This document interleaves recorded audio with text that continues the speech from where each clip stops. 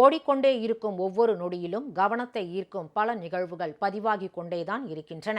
அத்தகைய நிகழ்வுகளை கதம்பமாக தொடுத்து உங்கள் கண்முன்னே விரிய வைக்கிறது செய்தி கதம்பம்.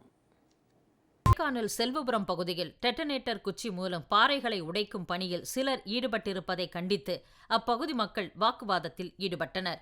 குடியிருப்பு பகுதியில் பாறைகள் உடைக்கப்படுவதால் வீடுகள் மீது கற்கள் சிதறி விழுவதாக அவர்கள் வேதனை தெரிவித்தனர்.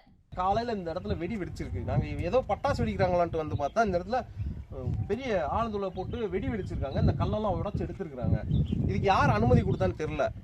இங்கே சாதாரணமாக கொடைக்கானலில் பட்டாசு வெடிக்கவே அனுமதி இல்லாதப்ப இந்த வெடிமருந்து வைக்க அனுமதி கொடுத்த யாருன்னு தெரியல. இந்த இது வெடிச்சது வீடு ஃபுல்லாக எல்லா பகுதியிலையும் குடியிருப்பு பகுதியெல்லாம் வந்து கல் பெரிய பெரிய இவ்வளோ பெரிய கல்லெல்லாம் வந்து தகரத்தில் வந்து தகரெல்லாம் உடைஞ்சு போயிருக்கு.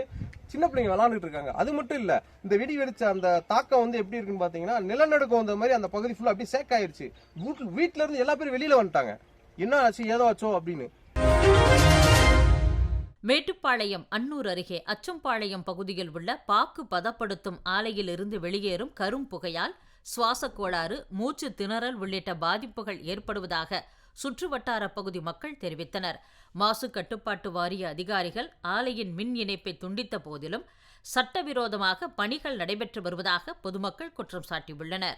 முதல்ல ரொம்ப பாதிப்பு அதிகமாக இருந்துச்சு. இந்த டைம் பெட்டிஷன் கொடுத்தல முதல்ல கொஞ்சம் கம்மியாக இருக்குங்க. இப்போ மீண்டும் அந்த ரிப்போர்ட் என்ன ரிப்போர்ட் வருதோ அதுக்கு இப்போ பார்த்தோம்னா தெரிஞ்சிருங்க. அது திருப்பத்தூர் மாவட்டம் ஜவ்வாது மலையில் மின்கம்பியை தாங்கி பிடித்தவாறு பள்ளத்தில் இறங்கிய சுரேஷ் என்ற இளைஞர் மின்சாரம் தாக்கி படுகாயமடைந்தார். இதை கண்டு அதிர்ச்சியடைந்த அப்பகுதி மக்கள் சுரேஷை மீட்டு மருத்துவமனைக்கு அனுப்பி வைத்தனர்.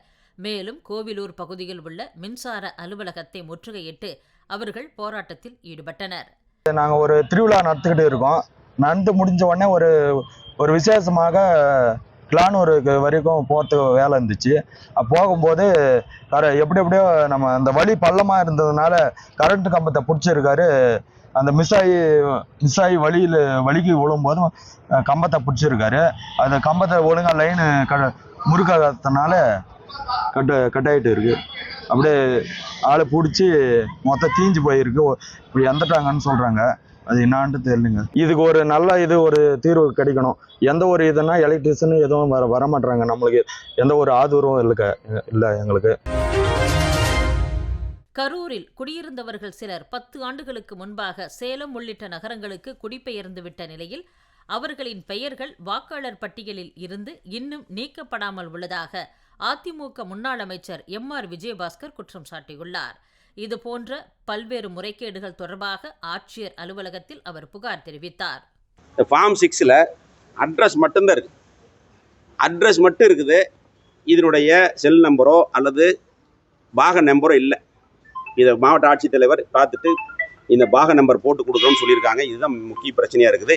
இதுக்கெல்லாம் பதில் கேட்டு சொல்கிறோம்னு சொல்லியிருக்காங்க. இது சம்மந்தமாக தான் இன்றைக்கி புகார் கொடுக்க வந்தோம்.